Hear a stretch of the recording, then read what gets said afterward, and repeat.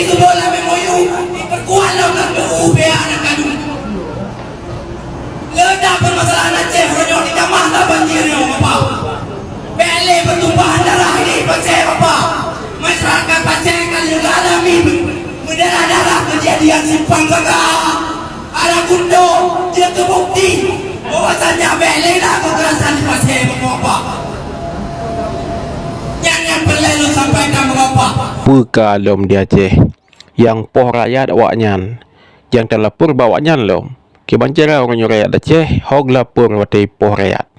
Jadi ronyo lelaki long harap kebedum bangsa Aceh pada galung pegah tapi memang tanya letat ham terjadi di Aceh yang kai pubut oleh Indonesia kan yang terjadi di Aceh ronyo baik Indonesia yang terlapor lom.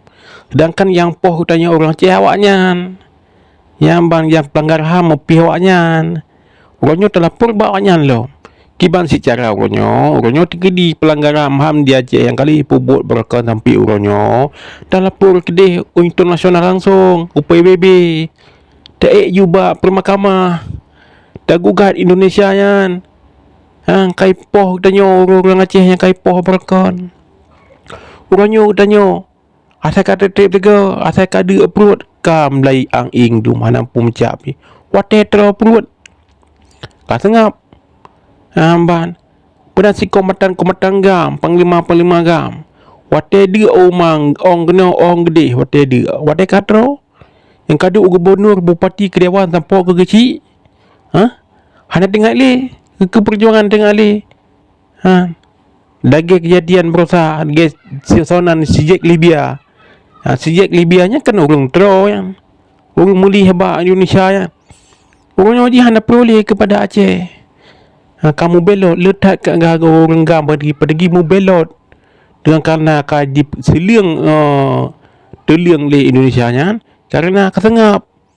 Jadi orang yang hana tem tu seliang orang yang ngasin orangnya i bawah gam orangnya matang angin kan orangnya hana terlalu.